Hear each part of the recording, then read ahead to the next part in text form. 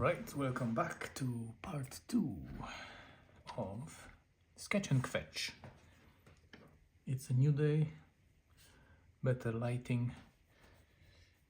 The drawing, I didn't really do anything overnight. I just left it the way it was. And today I'm just going to start from the spot where I ended yesterday, and maybe I will delve into the areas that are already done.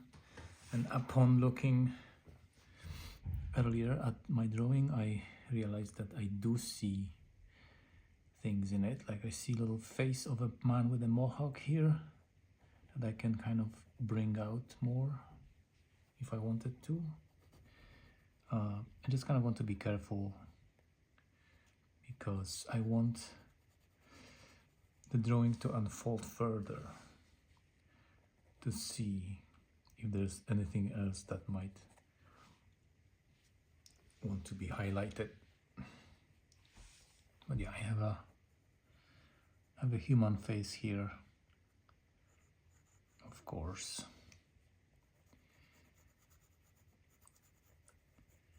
And the risk is that sometimes when we really try to force it, the shapes of familiar things become sort of contrived and funny, because we create these shortcuts, and there's a difference between a realistic looking face and then like a face that our brain simplified. Alright, starting over from here. So I have vague memory of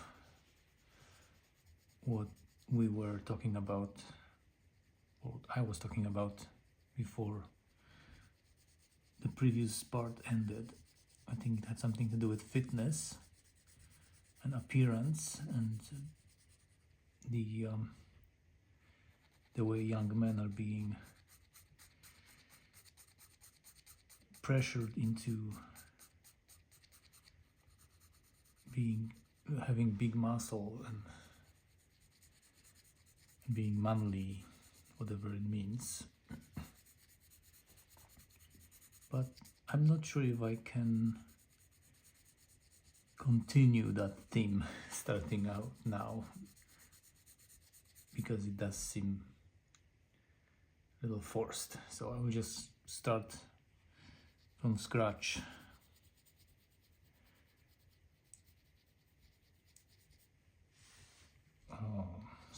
Scratch.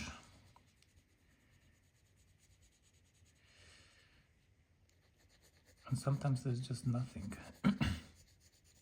And that kind of nothing is when we achieve the kind of meditative state.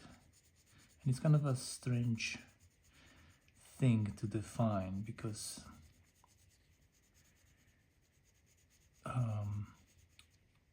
mindfulness is sort of a trendy thing now, to the point of having mindfulness retreats organized by companies and corporations, where people are learning how to program their minds or how to be mindful in order to achieve success. And the catch-22 in it is become certain way in order to achieve success in your field. But mindfulness doesn't really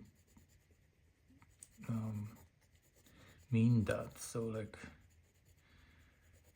it's sort of like, in order to succeed, you have to learn how to stop caring about succeeding. You have to stop how to get out of the rat race, and only then you can succeed in your field. And it's sort of this, like a double, what to call it, a double psych, you know, like kind of like the advice that sometimes people give each other about dating. It's sort of like you have to show her or him that you don't care, even though you really do. You have to show that you don't care, and then you will be intriguing and you will be noticed. And that's the same thing. It's like, in order to be successful, you have to go to a mindfulness retreat and learn to meditate, learn how to forget about the rat race. So by getting out of the rat race mindset, you actually start to see the bigger picture, and you become successful in whatever field you are engaged in. It's kind of weird. Sometimes I feel like there's really no escape from this kind of trap of phoniness. Like, kind of, once you are aware that all you have to do is be yourself or be honest, then you ask yourself, so what does it mean to be myself? And then you try a little too hard to be yourself, and that's contrived and that's phony, and then you just have to like forget entirely about what you're trying to do in order to be natural again. But like, it's sort of like once you see something, you can't unsee it. When you see certain paradox, it stays with you, and there's no way for you to unlearn it. I'm trying to think of some examples of that. Like, I don't know, people telling you, try to be happy. You're either happy or you aren't, and there's no trying.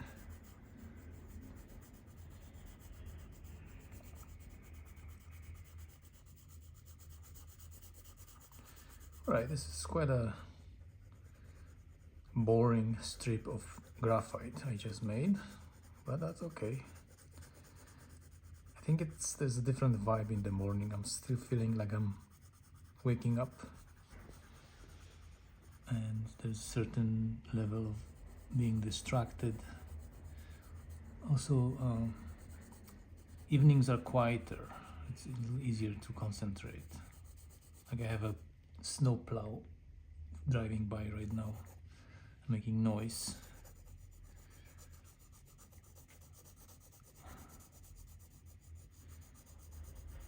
Alright, I kind of somehow feel like I need to blend that implied line here, because it seems a little like, I don't know, out of place.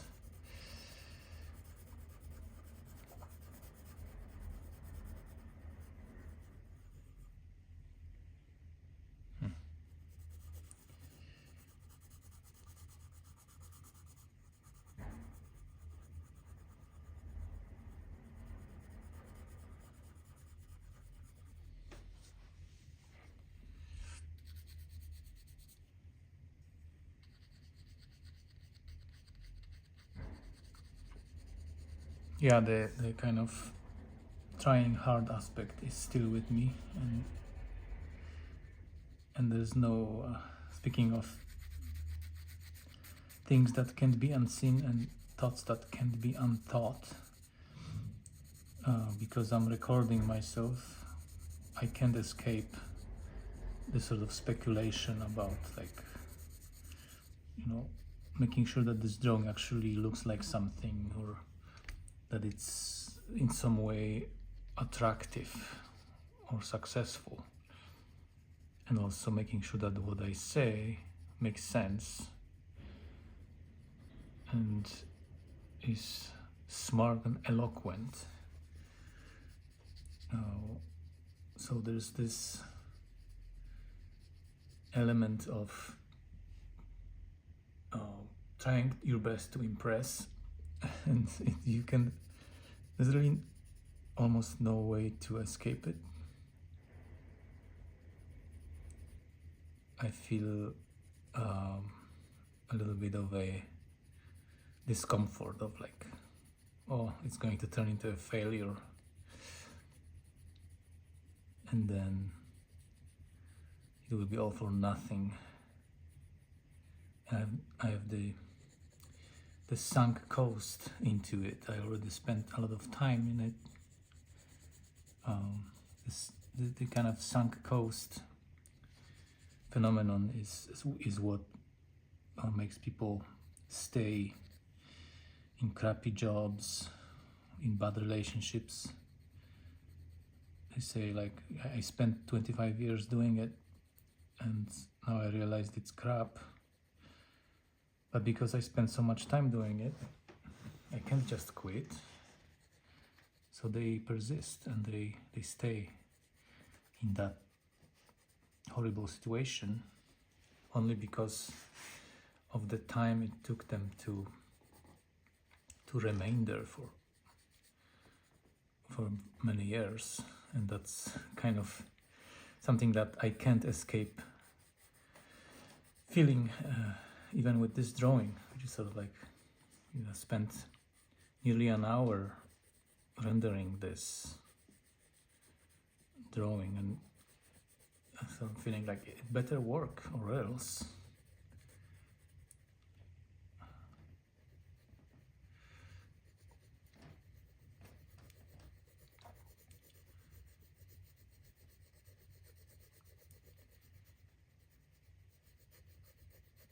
And like I'm thinking about,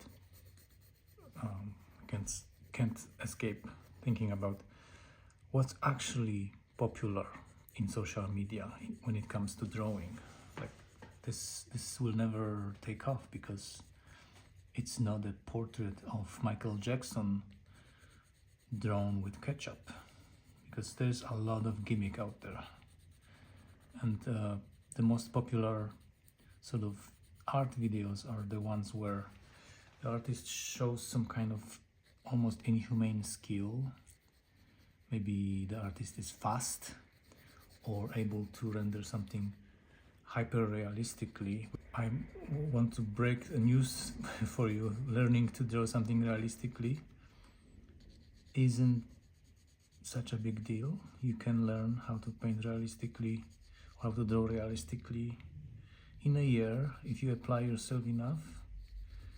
Any person can learn how to achieve these illusions of depth, optical illusions, perspective. It's just practice and learning. The difference between learning a skill and putting your actual artistic sensitivity behind it, sensibility behind it, your experience, your soul, so to speak. You can be a highly accomplished guitar player, and then you can take off on social media because you can play really fast, you can hit a lot of notes in a second. But if there's no emotion behind it or no true artistic vision, then you might as well be an automatic device doing the same thing. You can actually teach machines to do all those things, to play fast, to draw realistically. But so what? The printer can print a photo realistically, and nobody is admiring the printer, giving them likes, because it's just assumed that that's what a printer is supposed to do. But a human that is able to draw a portrait of Michael Jackson fast using ketchup or mayo is the most admired skill on Instagram. And sometimes family members send me these links of like these kind of gimmicky pieces that are impressive, don't get me wrong, they're pretty impressive. And you can tell that people spent thousands of hours perfecting their skill, and it's very impressive. But I just don't know what it means. What does it mean to them to draw a portrait of Michael Jackson with ketchup? What do I learn from it? Does it move me?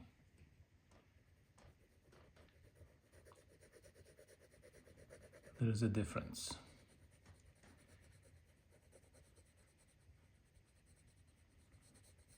There are artists who never held a pencil in their hand because they just didn't feel the need to, and they're still capable of creating moving pieces of art using whatever medium or material they choose.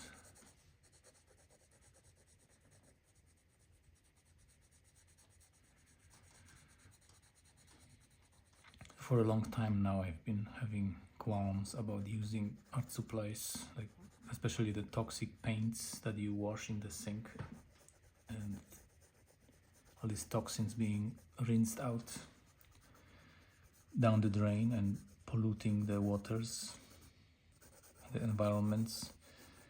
So I've been kind of really blocked from using the mediums that I really liked when I was younger, like oil painting, oil paints, acrylic paints, printmaking,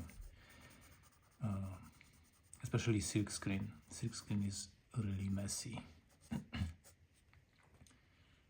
So I picked up the pencil and for a long while now I'm just kind of refraining from using messy art materials, and I'm just using pencil. I play with words.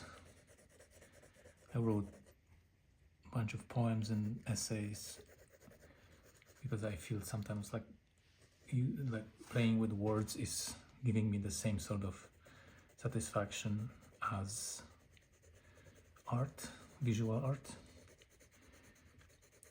So like it doesn't really matter what medium you use and what skills you have, you just express yourself. And then if there's a need for acquiring certain skills, then you spend some time. If your project requires good drawing skills, then you can take a freehand drawing class in order to be able to create this piece of art that you've been thinking about. So like my approach to art is a little bit coming from the angle of, first, what's my idea, what do I want to express, rather than I'm an oil painter and oil paints is what I'm always going to be using. I just don't know that. It's depending on the mood, on the current place I'm in, and on the idea. So like if a certain idea requires a film, then I will make a video.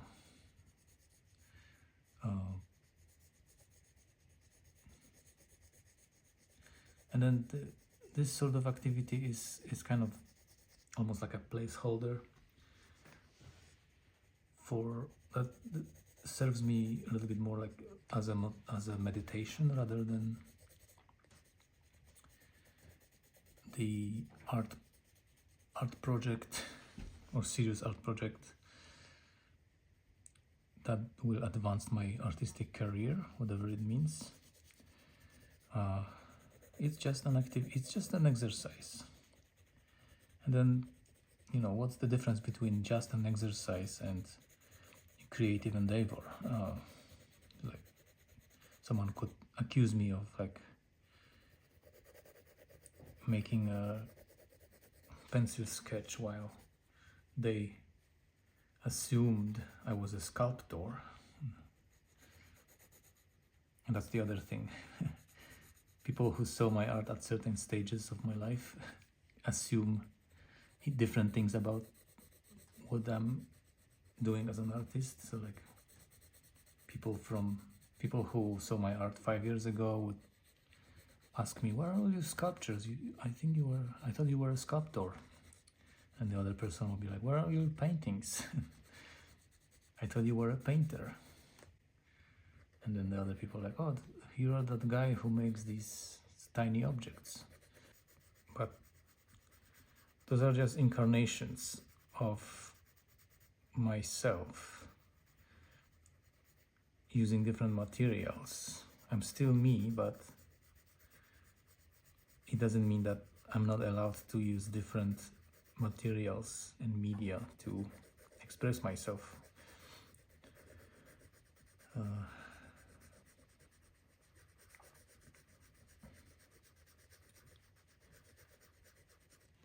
Yeah, it's going pretty steady. I think it's becoming sort of a very monotone, monochromatic drawing, but I'm still holding on to the no judgment principle, so I'm not judging it.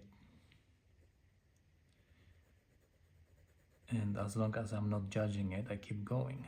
And if I start judging it, I say, oh, this is turning into a crappy drawing, then I just quit and I stop and maybe prevent something interesting from happening.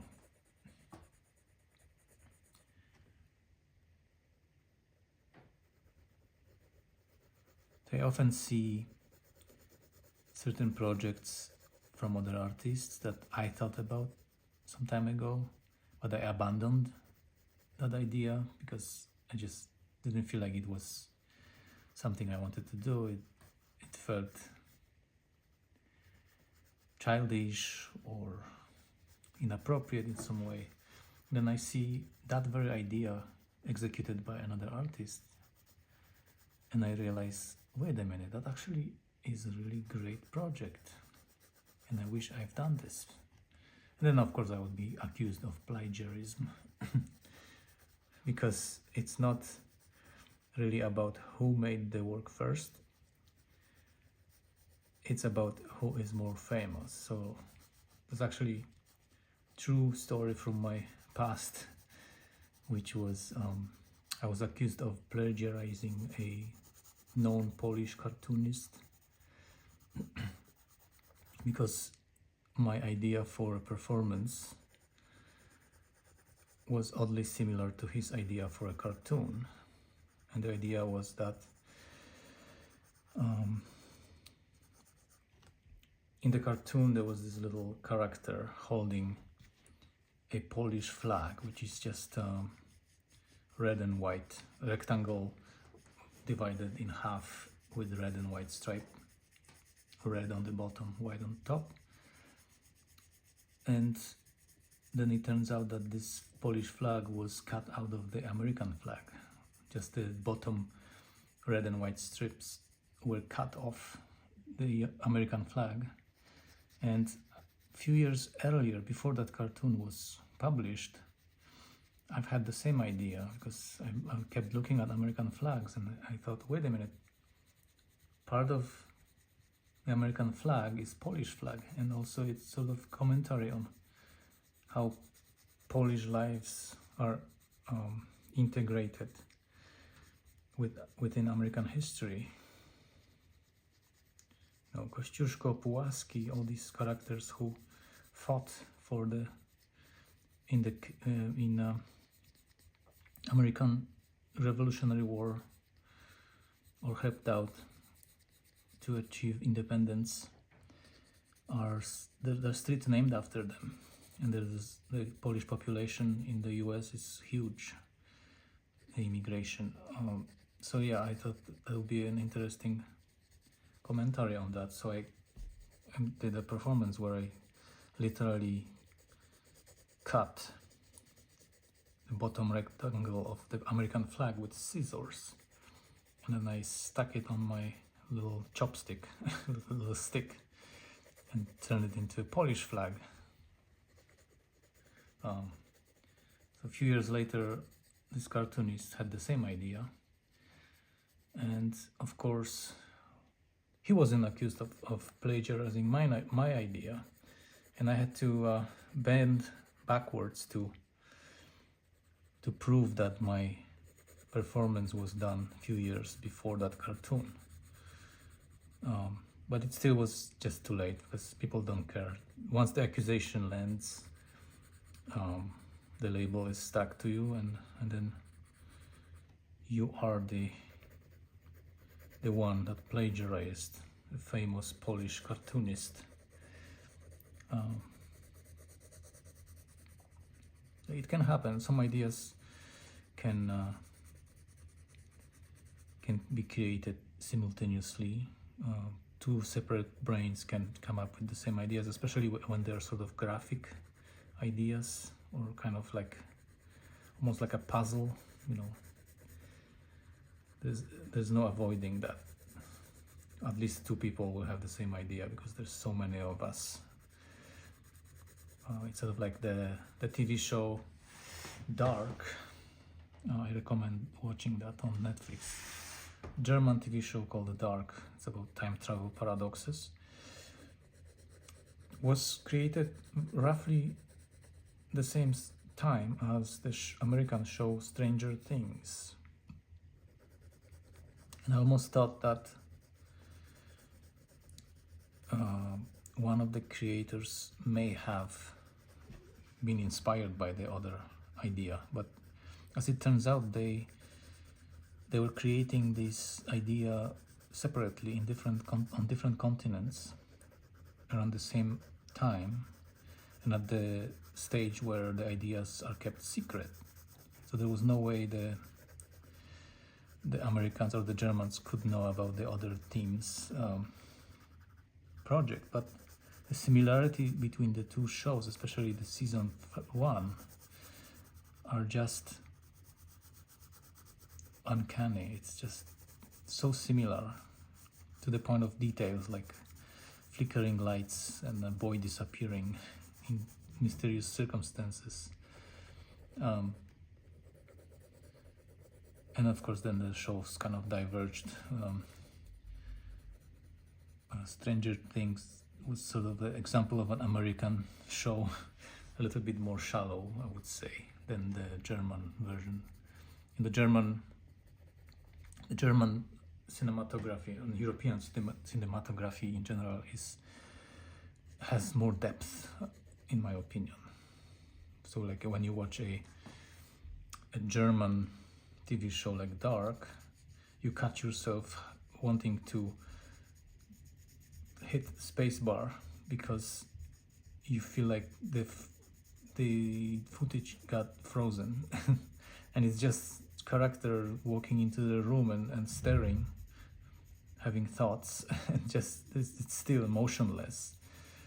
Whereas in American shows there's this constant buzz. Most of the time, like, someone is always talking. It's sort of like being in high school, where like my memory of high school was this exhaustion of always having to be clever, always having to say something interesting, or say something.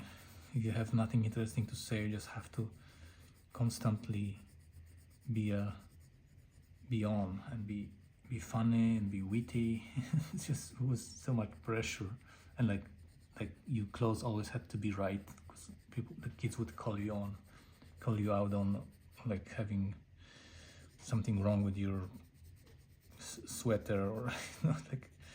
So the level of being self-conscious in high school was just extreme.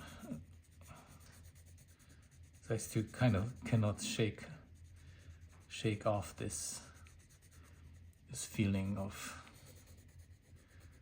always being. It's sort of like the way the entertainment industry shapes our life, like the role models so we see in the movie, or the certain situations, or the idea of what love should be, we just take from the movies and TV shows, and sometimes it's really harmful because it's distorted. So like, of course, the high school students in TV shows will be clever because their lines were written by clever 30-something-year-old writers. So like, whereas as a clueless high school kid, you go to school and just you're clueless. You don't know what to say, how to act. You're lost, and you feel bad about it. On top of that, which creates layers of embarrassment, and then subsequent years of therapy. So yeah, I think I wish that I was helped in high school by some sort of advisor or therapist, because the situation I was in high school was easily solvable. I was pretty depressed, but I think it would take just few therapy sessions to kind of snap me out of it, because I really didn't know what's up with life. When I was getting older, I was growing up, and things were just happening to me that I had no clue. I've been experiencing them for the very first time.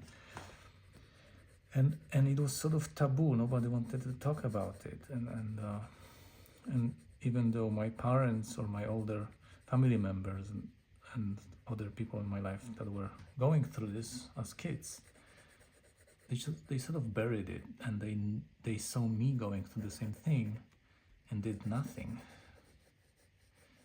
I think that's pretty bizarre,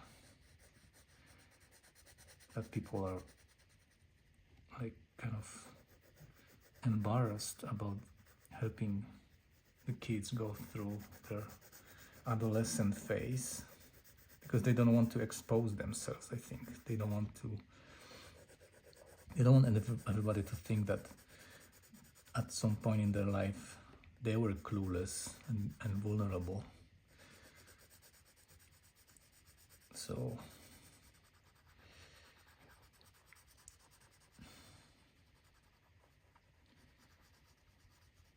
yeah, we have these preconceived notions we derive from Hollywood movies that are pretty toxic, and we don't have any other models to rely on, and we can't really make it up as we go along. We do need the experience of the previous generations to help us navigate through these hurdles in life, because like, why would we have to reinvent the wheel every time? We already have giants, shoulders of giants to stand on before us, and yet we have to kind of figure it out from scratch as we go through our life, because there's really no support network, because people are embarrassed. They don't want to admit that they've had the same problems, and nobody helped them. So it's sort of a cycle of doom. And if people were more open and relied on what's out there in science also, like in terms of psychological development, there are certain data that we can use to navigate through life better, but we just don't do it. We're embarrassed because we have this taboo idea of like, you know, if you go to therapy, then you must be crazy, of course, right?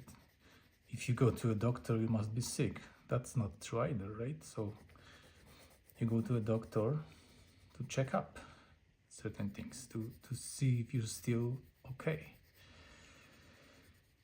You don't go to the doctor only when you're sick, right? So the same goes for taking care of your mind.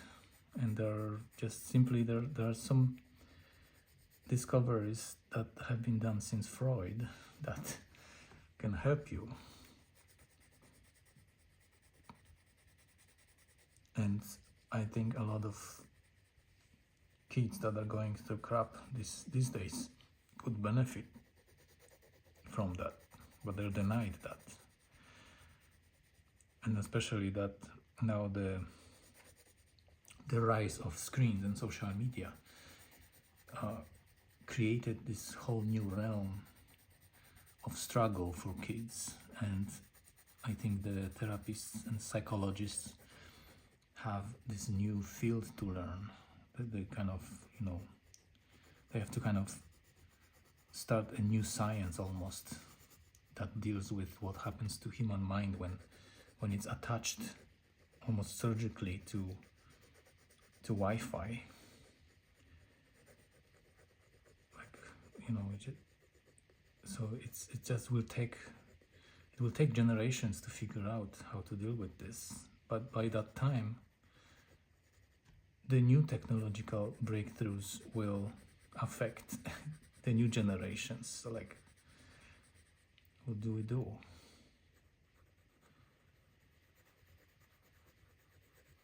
I think the screen addiction should be dealt with the same way any other addiction is. First of all, it should not be stigmatized, and also it should not be, you shouldn't make people feel bad that they spend time on screens, because it doesn't work in with any other addiction. Why would it work on that one? So like, if you tell someone that they should drink less, it only creates the opposite effect, because they feel judged and they feel worse about themselves, and then they sort of hide in their addiction even more. So like, no judgment, you know, you see someone spending the whole day on screen, just be gentle with them.